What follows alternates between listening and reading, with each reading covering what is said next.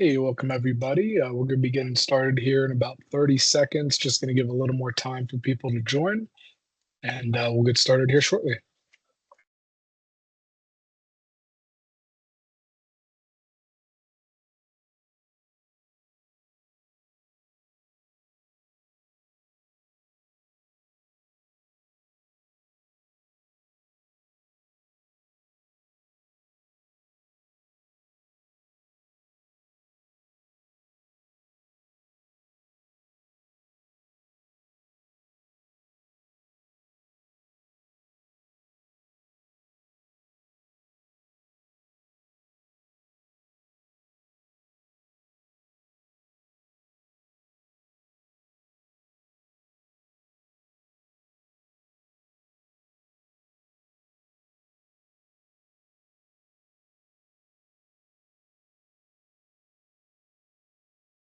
Alrighty, let's go ahead and get started. Welcome everybody. My name is Michael Bell. I'm going to be going through our showcase today, future-proofing your land investments, and then go ahead and run down the actual software AcreValue, show you some features, give some tips and tricks on how to use it. So thank you for joining today.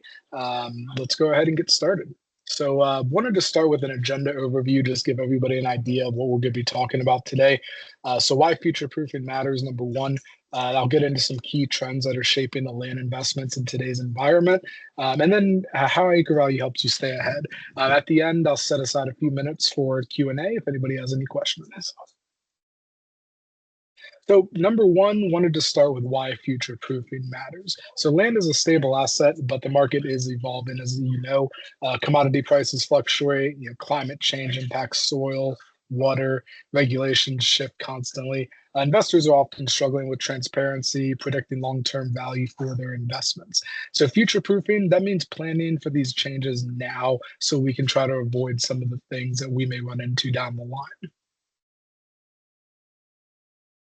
Next, just going over really quickly some key trends that are in today's market. So after years of rapid appreciation, we're seeing signs of some stabilization.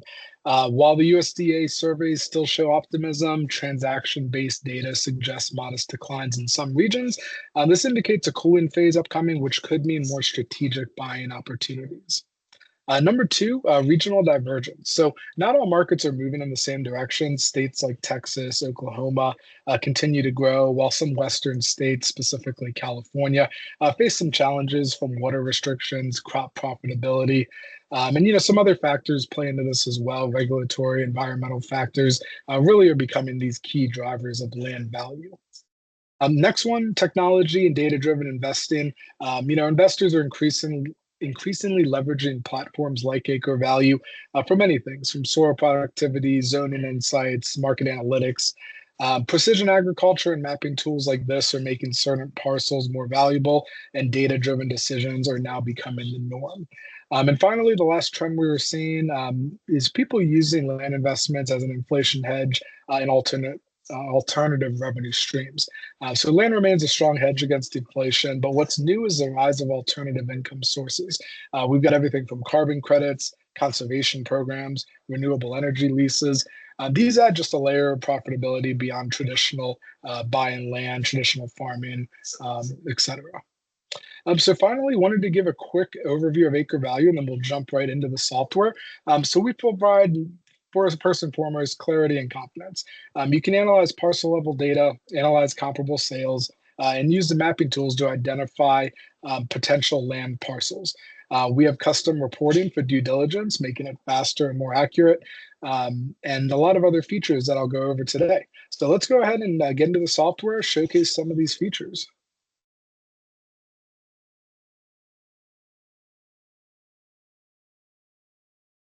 All right, so what we're going to do, we're going to start with just the basics. So this is going to be the AcreValue home screen. We've got quite a few things that we're going to dive into today. Number one, we'll go to the map, cover all those features there. But I wanted to point out we've got a few different maps. So we've got a parcel map. Number one, this is going to give you any information about the parcel, the landowners, etc. Sold land database, that's a second map that we're going to explore. This is going to give you all of your sales comps. We update this every week nationwide. So this is Times do vary based on county to county, but majority of our sales updates are done every week. And then finally, the third map that we'll explore is actually land for sale. We partner with our parent company, land.com, to pull in all those current listings and bring them into the AcreValue map so you can get an idea of what land is out there on the market currently. And finally, we'll wrap up with a quick intro to the Market Explorer, show you some of the analytics that it can provide you. All right, so let's go ahead and dive on in. So what we're going to do today, we're going to open up our criteria here with our filters, and we're going to go ahead and put some filters in. So number one, we're going to start in Illinois, state that I really usually use for these kind of demonstrations. And we're going to go ahead and put some parameters in to go ahead and drill down, get a nice list of parcels that could fit our needs. So number one, we're going to start by throwing in some acre parameters. I'm going to look for parcels between 20 and 40 acres.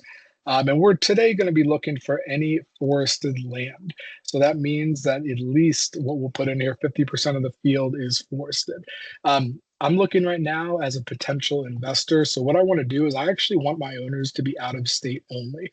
The reason for this, a lot of in-state owners are a lot less likely from what we've seen to actually talk about selling their land or talk about leasing out their land. A lot of these out-of-state customer, or not customers, but parcel owners use it more as an investment. They seem a lot more ready to actually lease the land or sell the land. So once we got those parameters in, we're going to go ahead and apply these filters, and this will go down to Bureau County. Take just a few seconds here, and we'll be able to see some parcels, get an idea of the kind of information that AcreValue can deliver.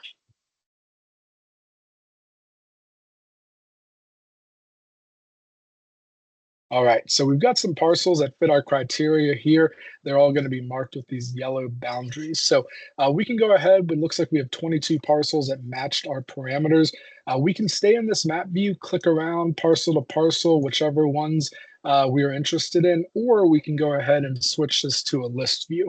This is going to give it to us in a very clean, easy to read, and sortable list. So we can go ahead and see all the parcels here. And once we find one that we want to target, let's just use this one here as an example, George. So let's say we want to contact George, figure out, if he's open to selling the land, leasing the land, etc. So it looks like George with our skip tracing, this would give us his age, possible phone numbers, possible emails, and any alternative addresses that he may have. So it looks like he is based in the Virginia area, owns land out here in Illinois. He is up in age, just to be honest, of what the data is showing. So that may be a great candidate for reaching out and trying to possibly work a deal on some unlisted land. Now from there, I wanted to switch over to another plot that I wanted to run through some more detailed information about the plot and give you an idea of what our reporting can bring. So here's another one here for Donald and Norman. Same thing, we can go ahead and use our skip tracing to find their information, any alternative phone numbers, emails, etc. From here, we can actually go ahead and run a full report. So once that report is generated, we're going to be able to see our average acre value, price per acre, a county average next to it, giving us the total value of these plots here, average PI as well as the county average right next to there. From there, we can actually put comparable sales into this report. So it looks like we have 4 comparable sales here. We've got comp averages, as well as comparing it to that target parcel that we have selected. From there, as far as due diligence is concerned, very important here. We want to make sure that this fits our parameters and fits our needs. So we're going to have a heat map for the elevation. It's going to go ahead and break down what zones or what areas of the parcel are what elevation. From here, let's go ahead and get into average NDVI. So soil quality, it's going to give you, what percent of the area is what. And then from here, really drills more into the soil survey. So we're going to be able to see the actual kinds of soils that are on this plot of land, as well as any soil codes that we can reference, how many acres of each are there, what percentage of the field, and the PI of that area. A few more areas. So right now, there are no flood hazards in this area. There would be flood zones marked in accordance with this this grid here if there were any flood hazards in the area, but it looks like minimal flood risk for this plot. And finally, crop history. So this is going to give you the last 5 years of crop history. Looks like they alternate between soybeans and corn on this field, and that's been pretty standard trend of the last 5 years. And then again, ownership information breaks it down, some nice clean information here. And then any easements in the area, same thing. This will give you any easements in the area to be known or worried about. And then finally, this one right here is going to give you any, everything from power plants, soybean plants, remediation sites. These red lines here are transmission lines for the electrical grid, so on and so forth. Oil pipelines, anything within a radius of this desired plot here, just to give you an idea of what sits around here. You're also going to see water bodies here. This isn't the only place you can see this. You can also put this on the map as a layer as well. So heading over to the next tab, so sold land. Again, I'm going to use the northern part of the country as an example. I've got my parameters set here for Indiana. Looks like our most recent sale data is coming in from the end of October, so that's great to see. And we can go in and say, okay, I want to go ahead and look at the mortgage amounts, the lender, the mortgage type. Any interest rate if that is known. So any of this public information that we're pulling, we're putting together into one easy to use software and one source of truth, as I like to say. So everything's going to be contained here in the AcreValue website as far as any information you need on the land, the landowners, and any comparable sales. And finally here, I wanted to wrap up with talking about the AcreValue Market Explorer. So this tool is very powerful for finding trends in the market. I went ahead and just for this example purposes, I did our time frame as the last 5 years. I wanted a pretty wide time frame of these sales. And then I went ahead and did parameters between 298 and 1,000 acres. So number one, this is going to give you a farmland price index. This is a nationwide one on this top area here. We partner with Farmer Mac to bring you this data. Going to give you an idea of the average cost of land, whatever time frame that you want on here. Drilling down into the data, it's going to give us quite a bit of information here. Sales price per acre.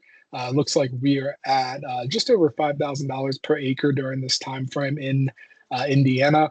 It's going to give you that sales price trend, whether that's going up or down, and then the per acre change. So it looks like we've got 878 sales within this data set, and it looks like we're averaging about 37 sales per quarter that fit our parameters here. So you can really dive into the market and figure out, what the trends are, get some quick data. And again, you can go ahead and filter this by whatever state, the individual county, even an individual district. So you can really drill down into the specific area you're looking to get data from. As we go down, a little more on the sales volume, giving you totals, averages, acreages sold, so on and so forth. So quite a bit of great data here that you can go ahead and leverage to find the markets that you are wanting to target and figure out if they would be a good fit for your needs or not. And wanted to keep it quick today, so that's going to wrap up our demo with AcreValue. If anybody has any questions, we can go ahead and open that up to the floor. And if not, I really appreciate everybody joining today, and thank you so much. I'll go ahead and there will be a follow-up email after this. If you have any questions or wanted to go ahead and set aside some one-on-one time to discuss any needs, please feel free to do so.